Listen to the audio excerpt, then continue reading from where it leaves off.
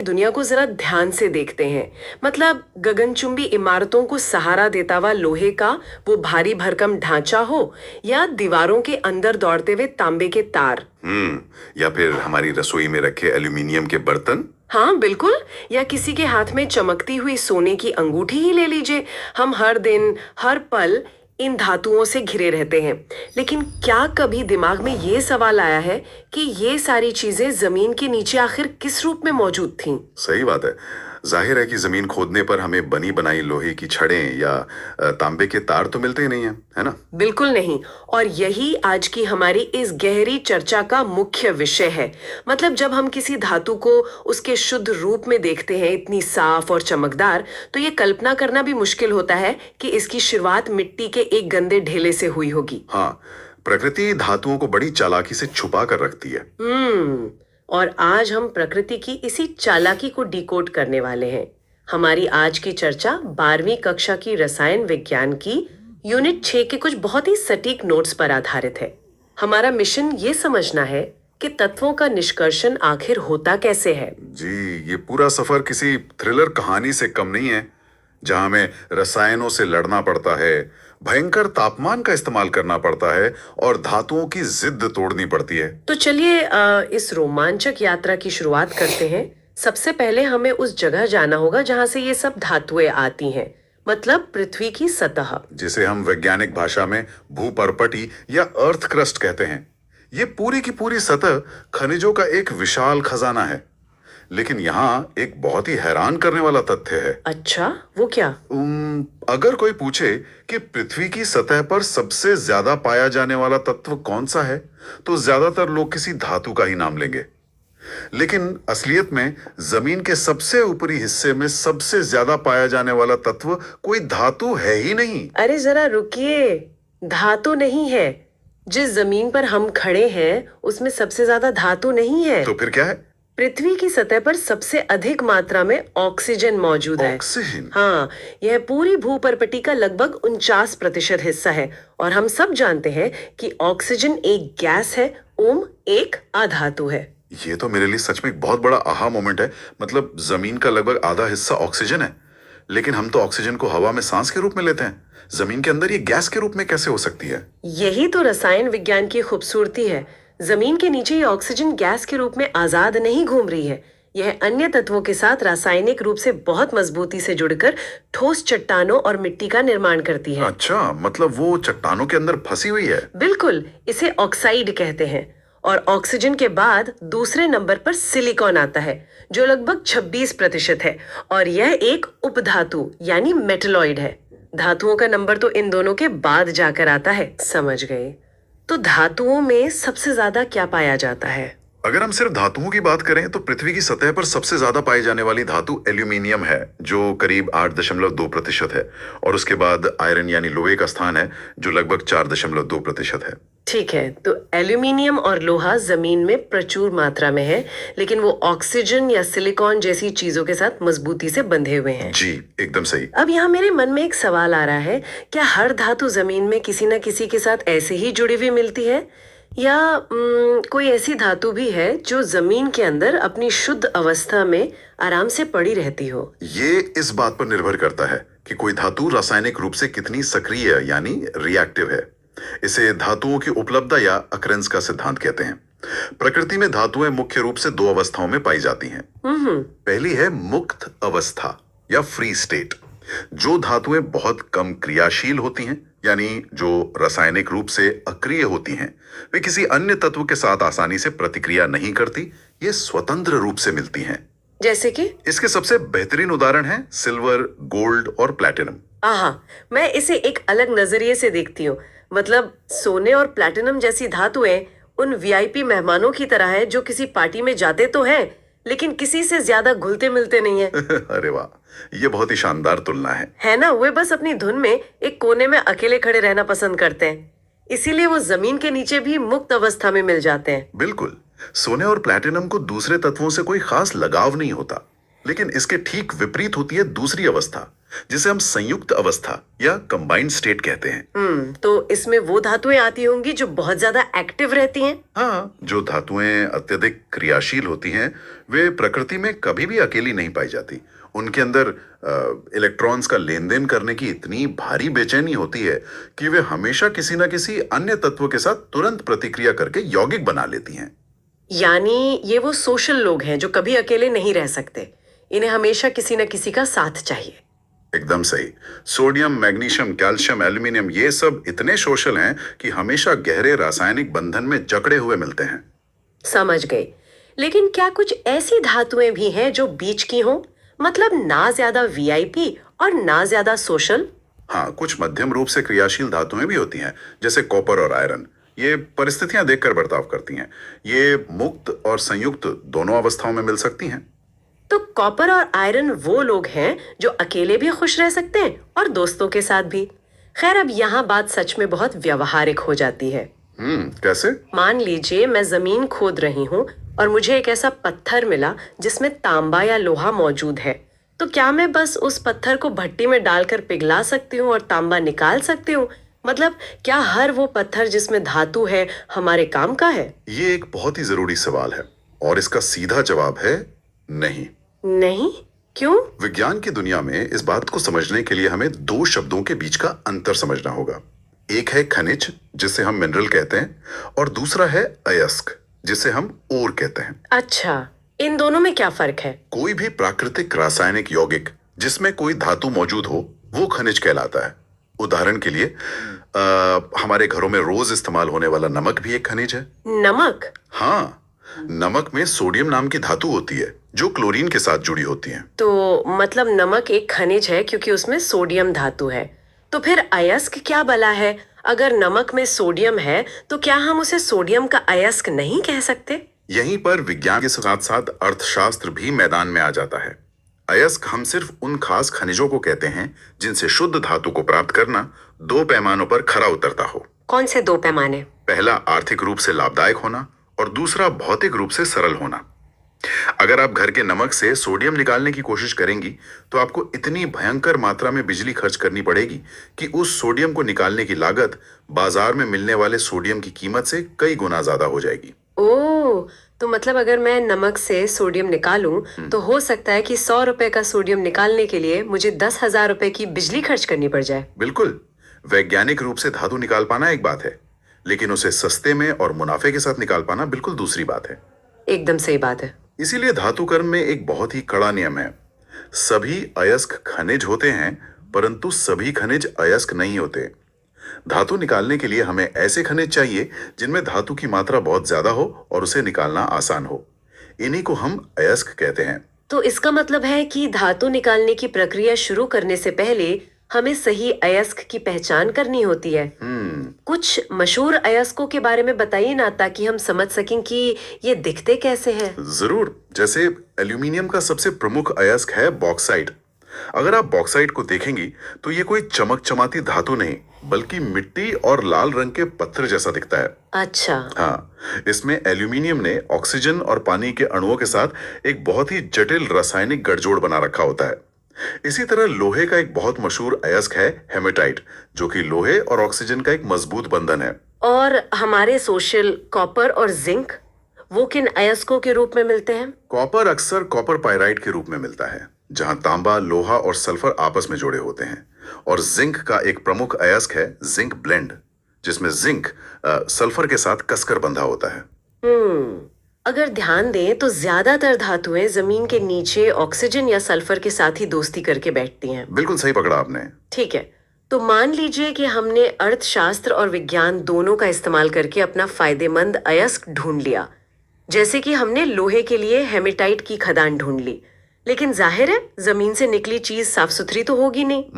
इन पत्थरों में बहुत सारी फालतू मिट्टी, रेत और कंकड़ भी चिपके होंगे। बिल्कुल। और रसायन विज्ञान में इस अवांछित मिट्टी, कंकड़ और रेत की अशुद्धियों को एक खास नाम दिया गया है, गैंग, या जिसे हम अधात्री भी कहते हैं। गैंग? नाम तो बड़ा खतरनाक है। हाँ, और किसी भी अयस्क से शुद्ध धातु प्राप्त करने की जो पूरी वैज्ञानिक प्रक्रिया है, जिसे हम धातु कर्म या मेटलर्जी कहते हैं, उसका सबसे पहला और बुनियादी कदम इसी गैंग को हटाना होता है। चलिए, तो अब हम धातु कर्म यानी धातु निकालने के असल फैक्ट्री के अंदर चलते हैं। सबसे पहले तो हमें इस अयस्क को नहला धुलाकर इसकी सफाई करनी होगी। इस पहले चरण को क्या कहते हैं? इसे कहते हैं अयस्क का सांद्रण या कॉन्सेंट्रेशन ऑफ ओर। आसान भाषा में कहें तो ये अयस्क की फिजिकल साफ सफाई है। मतलब बस पानी से धोना? पानी से और भी कई तरीकों से। इस चरण में अयस्क को बारीक पीसा जाता है और फिर पानी की तेज धार, चुंबक या फिर कुछ खास रसायनों का इस्तेमाल करके हल्की मिट्टी और रेत को भारी अयस्क से अलग कर दिया जाता है। समझ गई। इस प्रक्रिया के अंत में हमारे पास वो गैंग हट जाता है और सिर्फ ताम का रासायनिक यौगिक बचता है। बहुत बढ़िया। तो हमने पत्थरों की सफाई कर ली, हमारा अयस्क नहा धोकर तैयार है, लेकिन समस्या अभी भी वही है। कौन सी समस्या? लोहा अभी भी ऑक्सीजन के साथ फंसा हुआ है और जिंक अभी भी सल्फर के साथ जकड़ा हुआ है। अब हमें इन रासायनिक बंधनों को तोड़ना होगा। तो अगला कदम क्या है? यहीं से असल रासायनिक लड़ाई शुरू होती है। दूसरा चरण है सांद्रित अयस्क का ऑक्साइड में परिवर्तन। हमारा अयस्क चाहे कार्बोनेट के रूप में हो, यानी कार्बन और ऑक्सीजन के साथ जुड़ा हो, या सल्फाइड के रूप में हो, यानी सल्फर के साथ जुड़ा हो। हाँ, हमें उसे हर हाल में पहले धातु ऑक्साइड में बदलना होता है। जरा एक मिनट रुकिए, यहाँ मेरा एक सवाल है। हम पहले से एक रासायनिक बंधन को तोड़ने की कोशिश कर रहे हैं, तो हम सल्फाइड अयस्क से सीधे सल्फर को क्यों नहीं निकाल फेंकते?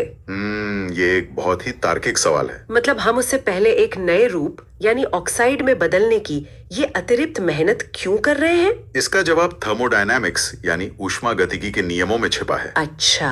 हाँ, अगर हम किसी सल्फाइड या कार्बोनेट यौगिक से सीधे धातु को अलग करने की कोशिश करें तो वो रासायनिक रूप से बहुत ही मुश्किल और भयानक ऊर्जा की खपत करने वाला काम होता है। सल्फर और धातु का बंधन बहुत ढीठ होता है। लेकिन विज्ञान हमें बताता है कि किसी धातु ऑक्साइड से ऑक्सीजन को हटाकर धातु प्राप्त करना तुलनात्मक रूप से बहुत आसान और कम खर्चीला होता है। तो क्या हम इसे ऐसे समझ सकते हैं कि जो धातु सल्फाइड या कार्बोनेट के रूप में है, उसने मान लीजिए एक बहुत ही भारी, मोटा और कसा हुआ कोट पहना हुआ है? हाँ, अच्छी तुलना है। और अगर हमें उस धातु को एक बहुत ही संकरे दरवाजे से बाहर निकालना है तो उसे सीधे उस भारी कोट के साथ खींचना तो नामुमकिन है। इसलिए हम पहले उस भारी कोट को उतारकर उसे एक हल्की पतली शर्ट पहनाते हैं, यानी ऑक्साइड की शर्ट। बिल्कुल, क्योंकि बाद में उस पतली ऑक्साइड वाली शर्ट को फाड़कर उतारना हमारे लिए रासायनिक रूप से बहुत आसान होगा। ये एक बेहद सटीक और विजुअल एनालॉजी है। विज्ञान भी बिल्कुल यही कर रहा है। उस भारी कोट को उतारकर ऑक्साइड की शर्ट पहनाने के लिए हमारे पास दो मुख्य तरीके होते हैं, निस्तापन यानी कैल्सिनेशन और भर्जन यानी रोस्टिंग। इन दोनों में क्या फर्क है? यह इस बात पे निर्भर करता है कि कोट किस चीज का बना है। अगर अयस्क कार्बोनेट है तो हम निस्तापन करते हैं। इसमें हम अयस्क को हवा की गैर मौजूदगी में बहुत तेज गर्म करते हैं। हवा के बिना? हाँ, क्योंकि कार्बोनेट में पहले से ही ऑक्सीजन मौजूद होती है। बस उसे तेज हीट चाहिए ताकि वो कार्बन डाइऑक्साइड गैस बनकर उड़ जाए और पीछे सिर्फ धातु का ऑक्साइड बचे। समझ गई। और अगर सल्फाइड हुआ तो?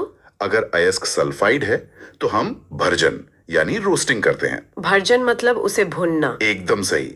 भर्जन में अयस्क को हवा की भरपूर मौजूदगी में भयंकर आग पर गर्म किया जाता है। ऐसा इसलिए करते हैं ताकि हवा की ऑक्सीजन अयस्क के सल्फर के साथ मिल जाए और सल्फर डाइऑक्साइड गैस बनकर चिमनी से बाहर उड़ जाए। क्या बात है! हाँ, इसके नतीजे में सल्फर निकल जाता है और धातु उस ऑक्सीजन के साथ जुड़कर धातु ऑक्साइड बन जाती है। मतलब दोनों ही रास्तों की मंजिल एक ही है, धातु को ऑक्साइड के रूप में लाना। तो अब हमारे पास वो हल्की शर्ट पहनी हुई धातु आ गई है। अब आता होगा हमारा तीसरा और सबसे अहम चरण, जहां हम इस ऑक्साइड की शर्ट को भी उतार फेंकते हैं। बिल्कुल, इस तीसरे चरण को कहते हैं धातु ऑक्साइड का धातु में अपचयन या रिडक्शन। इसी चरण में हम उस ऑक्साइड वाली शर्ट को उतारकर पूरी तरह से शुद्ध धातु प्राप्त करते हैं। लेकिन यहाँ कहानी में एक बड़ा ट्विस्ट है। ट्विस्ट? कैसा ट्विस्ट? हर धातु की ताकत और उसका ऑक्सीजन के प्रति प्रेम अलग अलग होता है, इसलिए सभी के लिए एक ही फॉर्मूला काम नहीं करता। यहाँ से रास्ते धातुओं की सक्रियता के आधार पर बढ़ जाते हैं। तो इसका मतलब है कि ये एक choose your own adventure game की तरह है। आपकी धातु कितनी गुस्सैल है, कितनी जिद्दी है या कितनी शांत है, उसके आधार पर उस ऑक्साइड से निपटने का रास्ता तय होगा। हाँ, बिल्कुल ऐसा ही है। चलिए, सबसे गुस्सैल और जिद्दी यानी अत्यधिक सक्रिय धातुओं का रास्ता देखते हैं, जैसे कि एल्यूमिनियम। एल्यूमिनियम की शॉर्ट कैसे उतारते हैं? एल्यूमिनियम जैसी अत्यधिक सक्रिय धातुएं ऑक्सीजन से बेइंतहा प्यार करती हैं। उन्होंने ऑक्सीजन को इतनी जबरदस्त ताकत से पकड़ा होता है कि अगर आप उन्हें कितनी भी गर्म भट्टी में डाल दें, वे अपना बॉन्ड छोड़ने को तैयार ही नहीं होती। बाप रे। आप उन्हें सिर्फ गर्मी से अलग नहीं कर सकते, इसलिए उनके लिए हमें बहुत ही आक्रामक और ब्रूट फोर्स वाला तरीका अपनाना पड़ता है, जिसे कहते हैं गलित लवण का वैद्युत अपघटन या इलेक्ट्रोलिसिस। वैद्युत अपघटन मतलब हम उसमें से बिजली गुजारते हैं। जी हाँ, बहुत ही भयंकर मात्रा में बिजली। पहले एल्यूमिनियम ऑक्साइड को बेहद उच्च तापमान पर पिघलाया जाता है और फिर इस पिघले हुए तरल में से एक विशाल मात्रा में डायरेक्ट करंट गुजारा जाता है। ये बिजली इतनी शक्तिशाली होती है कि ये एल्यूमिनियम और ऑक्सीजन के मजबूत रासायनिक बंधन को जबरदस्ती शाब्दिक रूप से चीरकर अलग कर देती है। सच में? हाँ, एक एल्यूमिनियम प्लांट को चलाने के लिए इतनी बिजली चाहिए होती है जितनी एक छोटे शहर को रोशन करने के लिए लगती है। तब जाके शुद्ध एल्यूमिनियम अलग होता है। ये तो सच में ब्रूट फोर्स है। मतलब परमाणुओं को बिजली के झटके देकर अलग करना। लेकिन जाहिर है हर धातु इतनी जिद्दी नहीं होती होगी। नहीं, सब इतनी जिद्दी नहीं होती। अब उन धातुओं की बात करते हैं जो बीच की हैं, मध्यम रूप से सक्रिय धातु है, जैसे कॉपर, जिंक और हमारा सबसे जरूरी लोहा। क्या इनके लिए भी इतनी बिजली खर्च करनी पड़ती है? सौभाग्य से नहीं। लोहा या जिंक उतने जिद्दी नहीं होते। इनके ऑक्साइड से ऑक्सीजन छीनने के लिए हम एक बहुत ही चालाक तरीका अपनाते हैं, जिसे प्रगलन या स्मेल्टिंग कहते हैं। अच्छा, इसमें क्या करते हैं? अगर हम बिजली का इस्तेमाल नहीं कर रहे हैं तो हमें ऑक्सीजन को कोई ऐसा दूसरा साथी देना होगा जिसे ऑक्सीजन लोहे से ज्यादा पसंद करे। मतलब हमें एक ऑक्सीजन चोर को भट्टी में डालना होगा। अरे वाह, बहुत ही शानदार तरीका है इसे कहने का। और ये ऑक्सीजन चोर होता है कार्बन, जो आमतौर पर कोयले या कोक के रूप में इस्तेमाल होता है। हम एक विशालकाय भट्टी में लोहे के ऑक्साइड को कार्बन के साथ मिलाकर भयंकर तापमान पर गर्म करते हैं। इतने ऊंचे तापमान पर ऑक्सीजन को लोहे के मुकाबले कार्बन ज्यादा आकर्षक लगने लगता है। समझ गई, तो वो लोहे को छोड़ देती है। बिल्कुल। रासायनिक रूप से कार्बन में ऑक्सीजन को खींचने की ताकत ज्यादा होती है, तो कार्बन ऑक्सीजन के साथ जोड़कर गैस बनकर उड़ जाता है और भट्टी के नीचे हमें पिघला हुआ बहता हुआ शुद्ध लोहा मिल जाता है। ये तो बहुत ही स्मार्ट तरीका है। रसायनों को आपस में लड़ा दिया और बीच में से अपना लोहा निकाल लिया। हाँ, बिल्कुल ऐसे ही है। तो हमने अत्यधिक सक्रिय धातुओं को बिजली से तोड़ा, मध्यम सक्रिय धातुओं के लिए कार्बन का इस्तेमाल किया। अब बचती हैं कम सक्रिय धातुएं, जैसे सिल्वर या सोना। इनका क्या होता है? जो धातुएं बहुत कम सक्रिय होती हैं, उनके साथ ज्यादा दिमाग नहीं लगाना पड़ता। अगर वे सल्फाइड के रूप में मिलती हैं तो उन्हें सिर्फ हवा की मौजूदगी में तेज गर्म कर दिया जाता है। मतलब सिर्फ भर्जन किया जाता है। हाँ, वे इतने कमजोर बंधन में होती हैं कि सिर्फ गर्मी पाने से ही उनका साथी गैस बनकर उड़ जाता है और पीछे शुद्ध धातु बच जाती है। वे आसानी से हार मान लेती हैं। तो अब हमारे पास पिघली हुई शुद्ध धातु आ गई है। क्या यात्रा यहीं खत्म हो जाती है? क्या अब हम सीधे इसके बर्तन या तार बना सकते हैं? लगभग खत्म, लेकिन पूरी तरह नहीं। यहाँ आता है हमारा चौथा और अंतिम चरण, धातु का शुद्धिकरण या शोधन, जिसे रिफाइनिंग कहते हैं। अच्छा, तो अभी भी कुछ कसर बाकी है। जी, तीसरे चरण के बाद जो धातु हमें मिलती है वो 98 या 99% तक शुद्ध होती है, लेकिन उसमें अभी भी कुछ बहुत ही बारीक रासायनिक अशुद्धियां बाकी रहती हैं। अगर हम तांबे के तार बना रहे हैं तो हमें 99.99% शुद्ध तांबा चाहिए, वरना बिजली का प्रवाह ठीक से नहीं होगा। इसलिए इस अंतिम चरण में अलग अलग वैज्ञानिक विधियों का इस्तेमाल करके उसे पूरी तरह से चमकाकर एकदम परफेक्ट शुद्ध रूप में लाया जाता है। कमाल है। तो अगर हम इस पूरी यात्रा को एक नजर में देखें तो शुरुआत होती है पृथ्वी की सतह में छिपे किसी अनाम पत्थर से। हम अर्थशास्त्र का इस्तेमाल करके ये पहचानते हैं कि कौन सा खनिज एक लाभदायक अयस्क है। बिल्कुल सही। फिर हम उसकी भौतिक अशुद्धियां यानी गैंग को धोकर साफ करते हैं।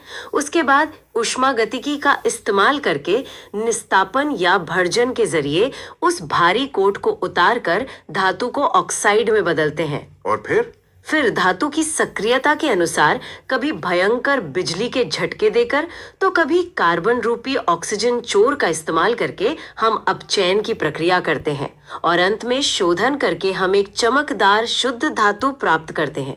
ये कोई साधारण काम नहीं है। ये तो इंसानी दिमाग का प्रकृति पर सबसे बड़ा विजय अभियान है। आप बिल्कुल सही कह रही हैं। ये सिर्फ विज्ञान के सिद्धांत नहीं है। ये प्रकृति और मानवीय बुद्धिमत्ता के तालमेल का एक बेहतरीन उदाहरण है। रसायन विज्ञान हमें वो दृष्टि देता है जिससे हम एक बदसूरत पत्थर के टुकड़े के भीतर झांक सकते हैं। हाँ, और देख सकते हैं कि उसमें क्या असीमित संभावनाएं छिपी हैं। आज हमने जिन प्रक्रियाओं की बात की, चाहे वो भर्जन हो, प्रगलन हो या इलेक्ट्रोलाइसिस, सुनने में ये सिर्फ वैज्ञानिक शब्द लग सकते हैं। लेकिन ये उससे कहीं ज्यादा है। बिल्कुल। जरा एक पल के लिए गहराई से सोचिए। यही वो सिद्धांत हैं जिन पर हमारी पूरी आधुनिक मानव सभ्यता टिकी हुई है। आज की इस चर्चा के बाद मुझे लगता है कि जब भी कोई अपनी कार में बैठेगा या अपने हाथ में एल्यूमिनियम का कोई पुर्जा लेगा या लोहे के किसी मजबूत पिलर को देखेगा, तो वो इसे अलग नजरिए से देखेगा। बिल्कुल। एक पल रुककर ये जरूर सोचना चाहिए कि उस शांत और ठंडी धातु को उस आकार में हमारे हाथों तक पहुंचने के लिए भट्टियों की कितनी तीव्र आग, कितने हजारों वोल्ट की बिजली और किस स्तर की भयंकर रासायनिक जद्दोजहद से गुजरना पड़ा होगा। सच में धातुओं की ये खामोश यात्रा आधुनिक दुनिया की सबसे बड़ी दास्तान है। बिल्कुल। विज्ञान के इस जादू को हम अक्सर अनदेखा कर देते हैं। खैर, आज की इस गहरी चर्चा को हम यहीं विराम देते हैं।